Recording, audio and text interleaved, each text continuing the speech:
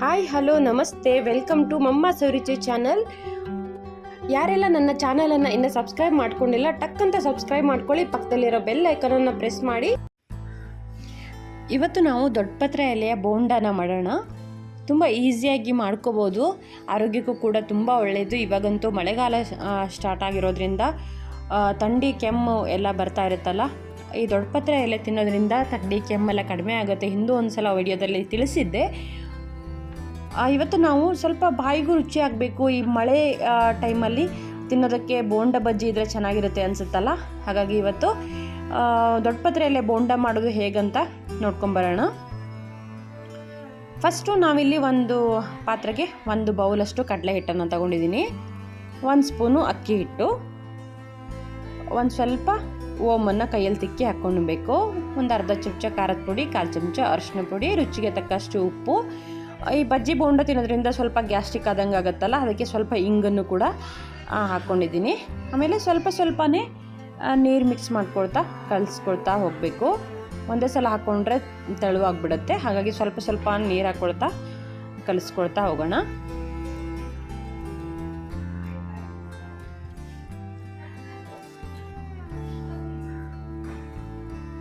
ನಿಮಗೆ ಇಂಗು ಇಷ್ಟ ಇಲ್ಲ ಅಂದರೆ ಸ್ಕಿಪ್ ಮಾಡ್ಕೋಬೋದು, ಬಟ್ ಹಾಕಿದರೆ ಗ್ಯಾಸ್ಟ್ರಿಕ್ ಎಲ್ಲ ಅವಾಯ್ಡ್ ಆಗುತ್ತೆ ಅನ್ನೋ ಕಾರಣಕ್ಕೆ, ಒಳ್ಳೆಯದು ಅನ್ನೋ ಕಾರಣಕ್ಕೆ ಸ್ವಲ್ಪ ಹಾಕ್ಕೊಂಡಿದ್ದೀನಿ. ಒಂದು ಚಿಟಿಕೆ ಅಷ್ಟು ಸಾಕಾಗುತ್ತೆ ನೋಡಿ. ಈ ಹದಕ್ಕೆ ಕಲಿಸ್ಕೊಂಡ್ರೆ ಸಾಕು. ಇವಾಗ ಇದನ್ನು ಒಂದು ಅರ್ಧ ಗಂಟೆ ಹಾಗೆ ನೆನೆಯೋದಕ್ಕೆ ಬಿಟ್ಬಿಡೋಣ. ನಂತರ ನಾನಿಲ್ಲಿ ದೊಡ್ಡಪತ್ರೆ ಎಲೆಗಳನ್ನು ಕಟ್ ಮಾಡಿ ಇಟ್ಕೊಂಡಿದ್ದೀನಿ, ನೀಟಾಗಿ ತೊಳೆದ್ಬಿಟ್ಟು ಒರೆಸಿ ಇಟ್ಕೊಂಡಿದ್ದೀನಿ. ಎಲೆ ಕಟ್ ಮಾಡೋದು ಬೇಡ, ಹಾಗೇ ಇದ್ರೇ ಚೆನ್ನಾಗಿರುತ್ತೆ, ನಮಗೆ ಬೋಂಡ ಬಿಡೋದಕ್ಕೂ ಕೂಡ ಚೆನ್ನಾಗಿ ಅನಿಸುತ್ತೆ. ಹಾಗಾಗಿ ನಾನು ಇಡೀ ಎಲೆನೇ ಇಟ್ಕೊಂಡಿದ್ದೀನಿ. ಇವಾಗ ಹಿಟ್ಟಲ್ಲಿ ಡಿಪ್ ಮಾಡಿಬಿಟ್ಟು ಈ ರೀತಿ ನೀಟಾಗಿ ಹಿಟ್ಟಲ್ಲಿ ಅದ್ಬಿಟ್ಟು, ಎಣ್ಣೆ ಕಾದಿದೆ, ಇವಾಗ ಎಣ್ಣೆಗೆ ಬಿಡೋಣ. ಈ ರೀತಿ ಒಂದೊಂದೇ ಎಲೆನ ಅದ್ದಿ ಬಿಡ್ತಾ ಇದ್ದೀನಿ. ಒಂದಕ್ಕೊಂದು ಅಂಟದೇ ಇರೋ ಥರ ಬಿಟ್ಟರೆ ಅದು ಚೆನ್ನಾಗಿ ಬರುತ್ತೆ, ನೋಡೋದಕ್ಕೂ ಕೂಡ ಚೆನ್ನಾಗಿ ಕಾಣಿಸುತ್ತೆ.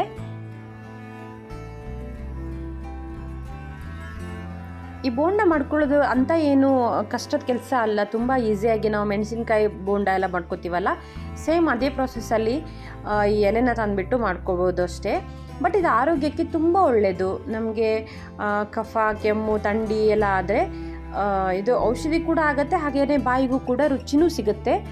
ಮಕ್ಕಳು ಕೂಡ ಇದನ್ನು ಔಷಧಿ ಎಲೆ ಅಂತ ತಿನ್ನೋದಿಲ್ಲ, ಒಂದು ಸ್ನ್ಯಾಕ್ಸ್ ಥರ ಈಸಿಯಾಗಿ ಅವರು ಕೂಡ ತಿಂದ್ಬಿಡ್ತಾರೆ, ಹಾಗಾಗಿ ತುಂಬ ಒಳ್ಳೆಯದು.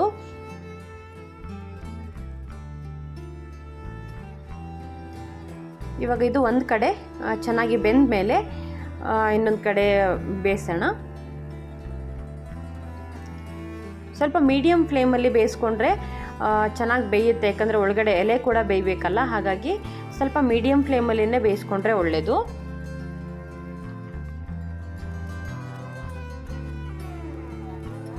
ನೋಡಿ ಎಷ್ಟು ಚೆನ್ನಾಗಿ ಉಬ್ಬಿ ಬರ್ತಾ ಇದೆ ಅಂತ.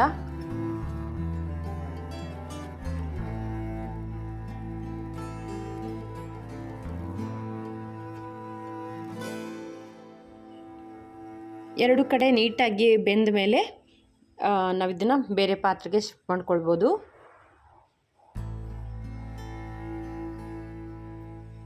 ಈವ್ನಿಂಗ್ ಟೈಮು ಟೀ ಜೊತೆಗಂತೂ ತುಂಬ ಚೆನ್ನಾಗಿರುತ್ತೆ, ಒಳ್ಳೆ ಕಾಂಬಿನೇಷನ್ ಕೂಡ.